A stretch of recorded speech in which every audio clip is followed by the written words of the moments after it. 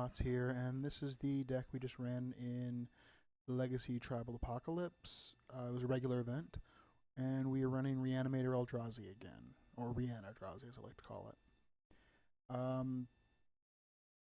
The core of the deck is still basically the same, and the idea is that you try and dump an Eldrazi into the yard as fast as possible, and then pull it back out with a reanimation spell, hoping that the Annihilator of the Eldrazi will act as your real win condition while the Eldrazi finishes them off in 3 or 4 swings. So let's look at our cast of lovely characters here first. We have Pathraiser again, is probably the best Eldrazi for reanimation unless you're reanimating with Reanimate. It's 11 casting cost, makes it a bit of a... It stings a bit when you actually cast Reanimate on it, but when you animate that or exhume it, it gets the job done in pretty short order. Because pretty much one swing is really hard to come back from. Like if they... Because either they're going to lose 3 permanents and almost half their life total, or they're going to lose 4 permanents. And then they're just out of the game if it swings again. So it basically gives them like a turn or two to stabilize. Artisan is the next best of our choices. For all intents and purposes, it doesn't have text beyond Annihilator because we never cast it. So it's but it's a 10 power Eldrazi, which we actually don't have a lot. So it can actually, it wins in 2 swings, but it only has Annihilator 2, so it usually ends up getting chumped somewhere in there. So it's still a 3 swing clock most of the time. Crusher is almost functionally identical to the Artisan, really. It has to attack, not that that's ever going to be terribly relevant. Annihilator 2. It is the most friendly with your life total if you cast Reanimate on it. And then we have our 2 short bus Eldrazi. Hand of Emrakul is a 9 mana for a 7/7. Already not great. Like, we're taking more life than Ulamog's Crusher and getting 3 less power than if we'd animated the Artisan. And only has Annihilator 1. So it doesn't exactly threaten the board nearly as well. And the worst of them is the Spawn Sire. Now, an argument for playing It That Betrays over Spawn Sire certainly does exist. And I strongly considered it, since Spawn Sire is just a 10 mana 7/11 that has Annihilator 1, whereas It That Betrays has, I think, Annihilator, is it 2 or 3? I think it's 2. And whenever your opponent sacrifices permanent, you get it. But it's 12 mana for an 11/11. It's probably better than the Spawn Sire, but not enormously. If I had some It That Betrays lying around, I'd probably be running them over it, but I don't. Alright, so that is our roguish cast here of fine tentacled horrors to end the world with. And to get them into play, last time I ran it was Grixis. This time it's a Dimir. I may try and do it as just Rakdos red-black next time, because it's one of those... Red has the... Alright, let's look at our enabler spells. Our best enabler spell is Entomb. We didn't run it last time because it's not allowed in pure events. And it enables us to basically... it tutors for an Eldrazi and puts it into our graveyard, which is phenomenal. Our other enabler spells are Careful Study, which is draw 2, discard 2, and Ideas Unbound, which lets us draw 3, and then at the end of a turn we discard.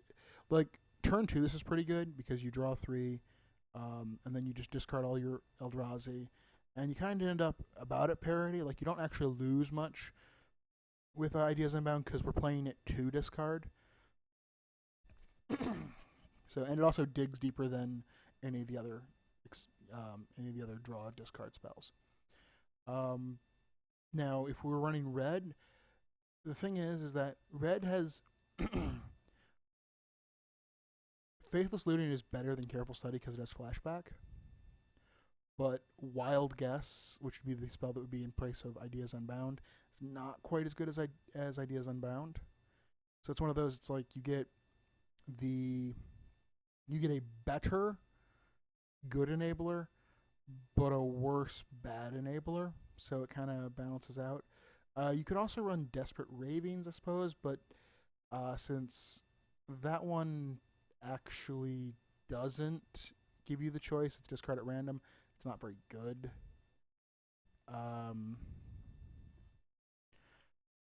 We also run 2 Ponders.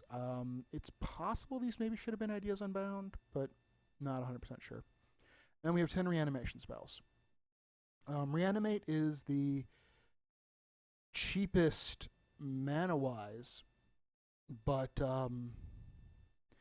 because of in most Reanimator decks, it's the go-to reanimation spell. Because our average reanimation or average casting cost of our creatures is about 9.5, whereas most Reanimator decks are tending towards more like 7. It's a lot riskier for us, and we can potentially be paying up to 11 for reanimation. Like if you put a Watergrave into play untapped, maybe tap a Pain Land at some point, and then reanimate a Pathraiser, you're at 6. And you can easily lose that game to Bolt, or attack past your monster, sack all my lands, attack past your monster. So, Reanimate's a bit dicey. It's a very high risk play in this deck, hence why there's only 2 copies. We're running 4 Animate Deads. The -1 power isn't actually that nearly as big a deal because we're relying more on the Annihilator to close the game than the actual ridiculous power. So, and most of the time, the only ones that it actually slows down the clock is the bad ones. Like Hand and Spawnsire go down to 6s, which means they now take 4 swings.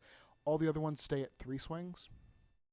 So, Animate Dead's one of our better animation spells. Exhume can be a bit, could theoretically be a bit high risk. Ideally, your opponent won't have anything in the graveyard yet if you're exhuming turn 2. I mean, because we're not trying to put things in their graveyard. So unless they have a graveyard strategy of their own, Exhume Hole is basically 0 risk. But there is always that slight risk that they're playing something that's similar. And like the worst thing to ever happen when you cast Exhume is your opponent to respond with Entomb.